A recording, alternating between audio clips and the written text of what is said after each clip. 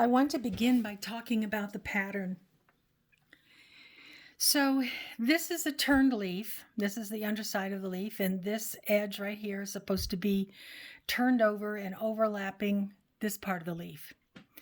So when we're appliquing, in order to show that best, we're going to want to put this edge on top of this. So we're appliquing it over the top. Nothing wrong with that, except when you get here and here. If you just lay this over the top of this, then you've got a corner to turn here and a quarter to turn here.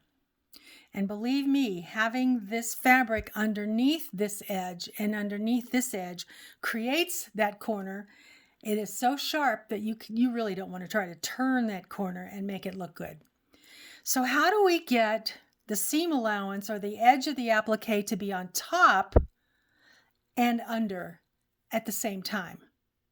We create the twist.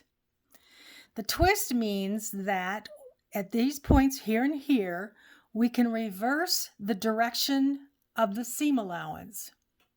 So up here, the seam allowance is actually going back this way. And up here, the seam allowance will just slide under and go this way, and the same over here. Well, how do we do that on one edge? We make a clip in the seam allowance so that we can split it and let it go in different directions. So on your pattern, whenever you see these little hash marks and an arrow, the arrow indicates what's on top, and where to split the seam allowances. So when you're drawing your templates, be sure that you add all of these markings, because once you cut those apart, you want to know what you're supposed to do with those edges. And these little markings will tell you. So remember, an arrow towards the edge means I'm on top. Arrow over towards the edge means I'm on top. And the only way that you can get this continuous line where part of it's on top and part of it's underneath, you have to split the seam allowances. My templates are traced, my markings are made, my seam allowances cut, so now I'm ready to start. I like to keep the freezer paper on my fabric until I get the twist connected, because it just gives it a little more body and makes it easier to do. So here's what we do. Since this is on top and this is on top, we're going to go through here with the little split and match them up right at the paper. I'm going to put a little pin on this end just to hold things in place temporarily. And then go over here, do the same thing with my split. Put another little pin for temporary holding. And now I can get rid of my paper. Oops, my split came out. There we go.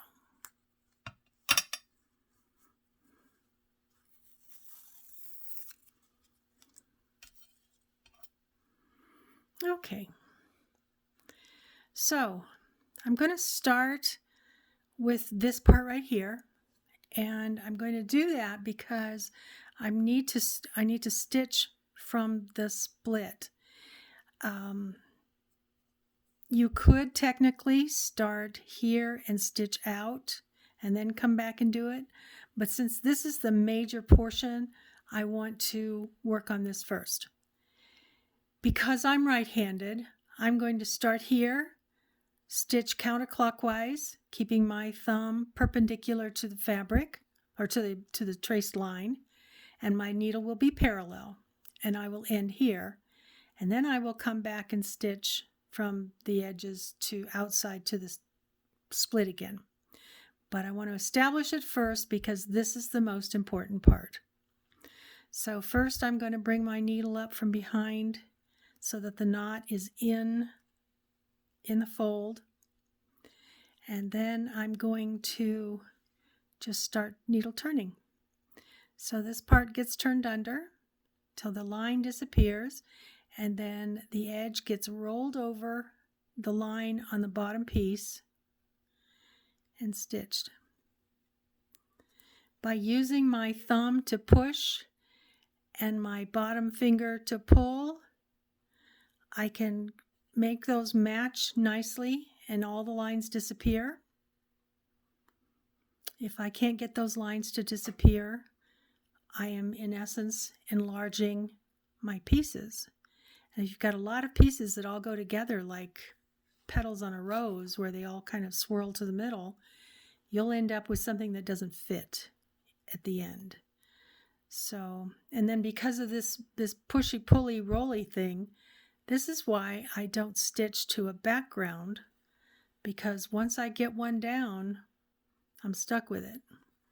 And quite honestly, I'm not sure how I could do this twist by working on the background anyway. But whenever I have two pieces that share a seam line, like a two-sided leaf or the petals on a flower that all swirl around the middle, I do this anyway. I stitch off the block. I don't stitch it to the block until the unit is all put together. And I call that piecing the applique. I have much more control without the background, making everything fit just so. And the other thing that I do, just in case, I use a friction pen to mark my applique.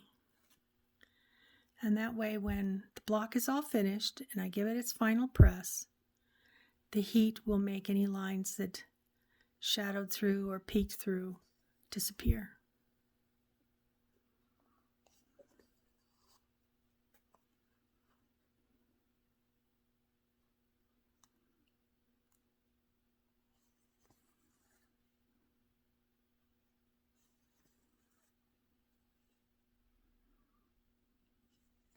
Remember, small stitches, short stitches, close together stitches make a smoother edge on a curve.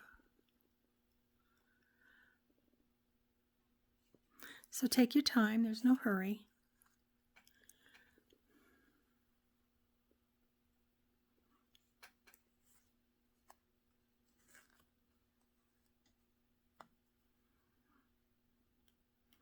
All right, I'm getting up to the very end. I'm coming upon the split where the twist happens. So I'm going to come up to the, whoops, that's what I get for using a short thread.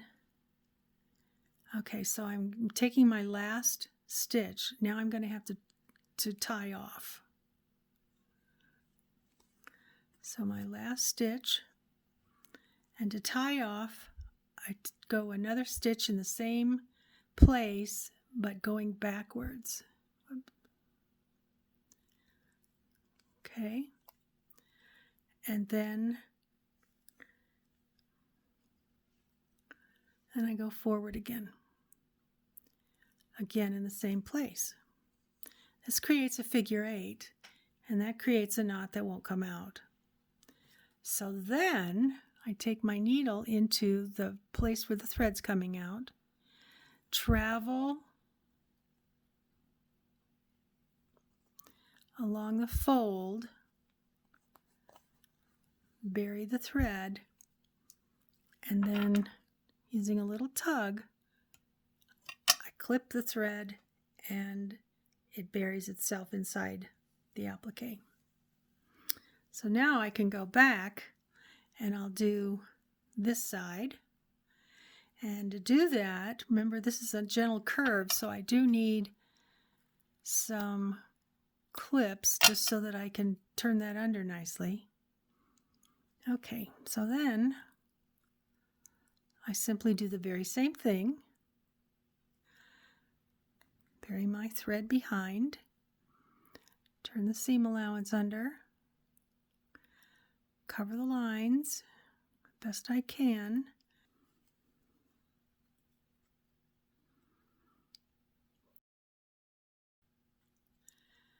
Cover the lines as best I can using my pushy-pulley method and stitch.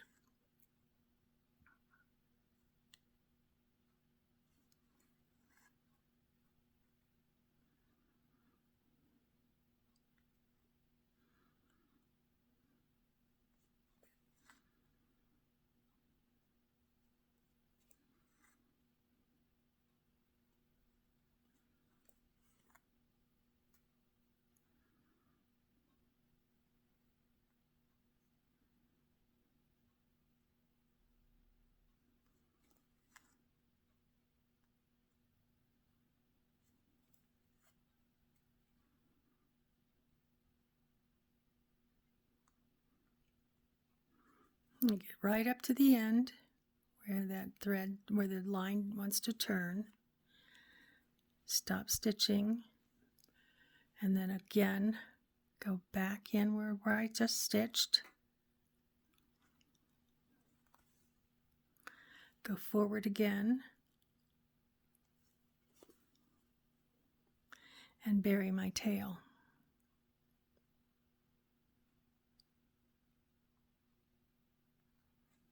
Well, if I could see what I'm doing here.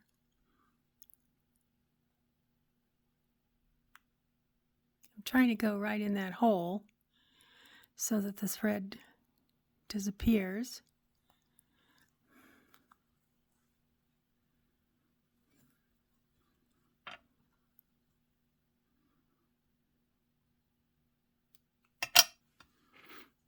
And then we come to the other end and again make a couple of clips.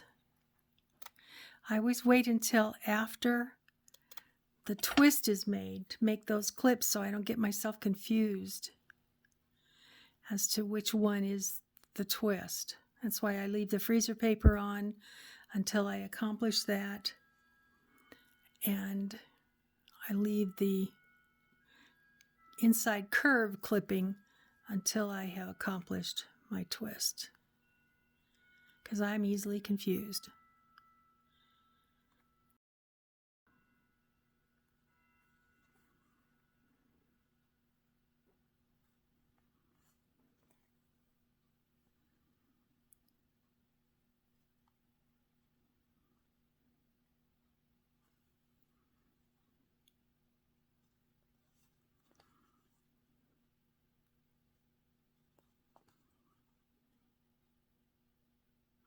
Now, if you were left-handed on this end, you would have started at the twist and worked out to the end. And the same with the other side, but that's if you're left-handed.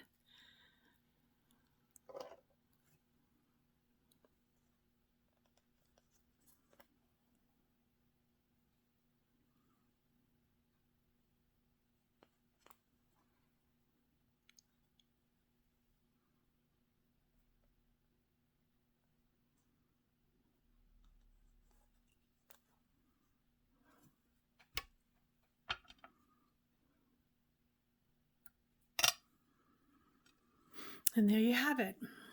So we have this edge on top because it's turned over from the bottom. And then in order to make our sharp points here and here, we've turned it and we've placed it so that these edges were on top. And that's what it looks like on the back. And from the front, you can't even tell where we did that, other than the shadows that the turns themselves make. And that's the twist.